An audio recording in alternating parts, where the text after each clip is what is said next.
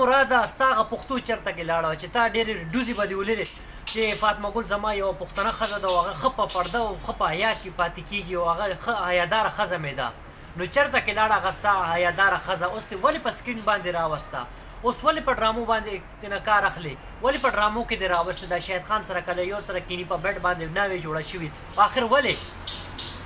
السلام علیکم زما ګرانو مینهوالو، زه فیضان ګلستان یو ځل بیا حاضر یم. ملګرو زما چې کوم نننی ټاپک دی هغه مراد ته دی او مراد چې کوم کار کړی و، مراد چې فاطمه ګل ته نه مرور راتلې وه نو دا خبره کړې وه چې زما چې دی نو فاطمه پښتنه ښځه ده او ډېر نر ښځه ده او هغه به په پرده کې به کیني، په عزت کې به کور کې به کیني، کور نه به بهر نه وځي. نو اوس هغه پښتنه ښځه دی په سکرین باندې راځي په ډرامو کې ولې کار کوي؟ ستا خو پښتنه ښځه ده که نه؟ نیلم ګل خو پښتنه نه وه نو هغې په ډرامو کې شوبس کې به کار کولو. نو اوس فاطمه دې ولې شوبس ته راوسته چې کوم ځای کې به ګورې د نیلم ګل هغه کنسرټ به وي یا شو به وي نو دویم ورځ درېیم ورځ پس به ګورې تا به هلته کې فاطمه به منډلي وي، فاطمه به تللي وي هلته کې چې کوم ځای کې نیلم ګل وي هفته پس لس ورځ پس ګوره فاطمه به هلته کې تللي وي، پیسې ورکې او هلته کې هغه لیږي. د نیلم ګل په مقابله کې د فاطمه راوستې ده. نو پښتنه ښځه ده که نه؟ پښتنه ښځه به دې په کور کې په حیا عزت باندې به دې کینولې وه که نه؟ نو ولې دې نه ده کینولې؟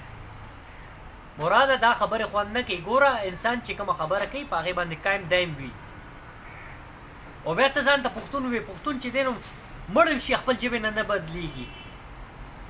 هغه وایي چې زما سر هم لاړ چې زه به یو ژبې نه بله خبره به نه کوم چې کوم ما لوز کړی دی هغه لوز باندې زما سرم قلم شي زه به چې دی نو هغه لوز به نه بدلومه. خو مراده کار دې کچا وکړو که نه؟ د پښتونو نوم شرمې ګورې بیا خو پښتون چې دی نو دا کار خو نه کوي که نه؟ اوس مقابلې دپاره راوستې ده چې کوم ځای کې به ګورې نیلم ګل دلته کې فاطمه به ډز ډز څوک ده دا فاطمه ده، څوک ده دا چې دی نو د نیلم ګل هغه بنه ده ښه دا فاطمه ده دا ده. اول خو به د دې مرۍ نه اواز نه راوته، اوس چې دی نو دا هم راځي دې هم د خبرو چلی زده کو.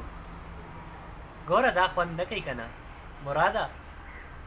بس ملګرو زما مراد ته دا میسج دا پیغام و چې کوم کار د کړی دی چې کومې خبرې د کړې هغه یې د پوره نه کړې او ویډیو کې ما نه څه غلطي شوي ملګرو نو زه بخښنه غواړم. زما دا هیچرې مقصد نه دی چې زما په خبرو باندې څوک خفه شي. زه چې کومه خبره کوم ټو د پوینټ او سپینې سپینې خبرې کوم بیا هم چې د چا زړه پې خفه شوي نو زه بخښنه غواړم.